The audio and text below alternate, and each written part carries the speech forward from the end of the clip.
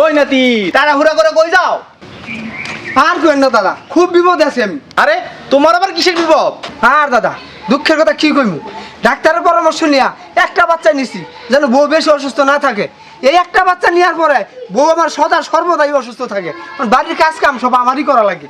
আরে নাতি শুনো, বাচ্চা বেশি হইলে বস তো এটা মুসলমানদের কথা না, এটা একটা ইহুদিদের চক্রান্ত। খেতে ফসল ফলানোর আগে যদি বীজ দাও তাহলে ক্ষেতের উর্বরতা নষ্ট হয়ে যায়। আল্লাহ রসুল বলছে উম্মতের সংখ্যা বাড়াই দাও। এই জন্য আমি ক্ষেতে সবসময় ফসল ফলাইছি। আজকে আমার ক্ষেতের ফসল দেখো।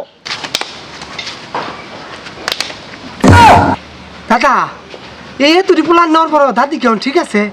আরে নাতি ঠিক আছে না, মানে এখানে আছে 9 জন, বাড়িতে 1 জন, 3 দিন আগে আরেকটা হইছে।